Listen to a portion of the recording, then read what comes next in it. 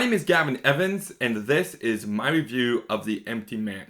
And this movie is odd because it got completely sabotaged by Disney. They dumped it in the months of October 2020 while people weren't watching any new movies. They didn't even release a trailer until 1 week before the movie came out. The movie came out, nobody saw it, it completely flopped, it got terrible reviews. But then over time, when the movie was available for rental, people started discovering it, and within the span of less than a year, this movie has gained a massive cult following. It's just weird for it to go from this bad movie that nobody has seen to this cult classic already in just the span of a few months. So that trajectory that it was on is very fascinating. I was expecting to like this movie, and I will say that it began strong. The opening 20 minutes are the best part of the movie. It kind of feels like its own short film. The characters are well defined, the performances are good, it builds tension well, and it has a good payoff. The first 20 minutes were definitely when the movie was at its peak. And there's also this really great looking skeleton design. I'm not sure if it was practical effects. I would be surprised if it was. And in that case, it just looked so freaking cool. This skeleton just, oh my goodness, it was awesome. But from that point forward, the movie definitely didn't do much for me. It is 2 hours and 20 minutes long, and it did not need to be.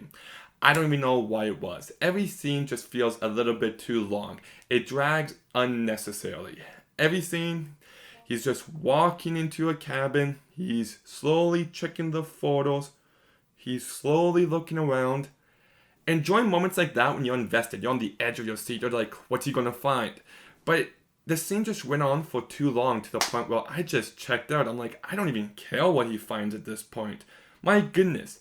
And I know movies I love, like Blade Runner 2049, definitely has that slow burn pace to it, but I also feel like that movie does it in a way that really builds to the atmosphere, and it's pondering life's bigger questions. And this movie just doesn't do that, so for me, this movie just felt way too long. It dragged, the pacing was agonizing slow, and the movie starts off as a supernatural movie, and I liked it better when it was that.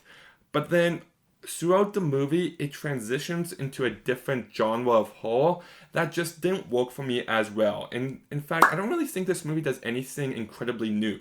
There is one really cool scene where this guy's watching a bunch of people by a fire that I thought was well done. But aside from that, I just feel like I've seen everything that this movie offers already a bunch of times. Like, whenever this movie's trying to be scary, I don't think it worked. This movie is not a scary movie, and the ending of this movie is a complete mess. That said, there was about a 10-second sequence in the last act of this movie where there's some really cool creature design, but it's only present for 10 seconds in the entire movie. Like, why not have it appear more frequently? Like, I know you don't want to show too much, but I need more than what they gave me. But the last act of this movie, there's reveals, there's twists, there's tones, and just none of it worked for me. By the end, I'm just like, really? That's it? The main lead in this movie is played by James Badge Dale, who I remember back in 2013. He was in Iron Man 3, World War Z, The Lone Ranger, and it's minor roles in all of those movies, but I thought after he appeared in 3 big blockbusters that he was going to get a bigger career, and he never really did. I think he does fine for this movie. He's not given much to work with. His character is definitely a blank slate. He's a very dull main character, but he does fine enough in the role. I don't got much else to add to this review. I thought this movie went on for way too long. I don't think it was scary. I don't think it did anything incredible. There's no interesting ideas that it's exploring. I get what the movie's going for. It just didn't work for me. It did begin strong. There's some cool practical effects, but not nearly enough to make up for this agonizing long one time. So I'm going to go ahead and give The Empty Man a 4 out of 10. Okay, did you see The Empty Man? Did it leave you feeling empty? Man, let me know in the comments down below. Make sure you like, make sure you subscribe. Stay tuned for some more videos soon. And Gavin out.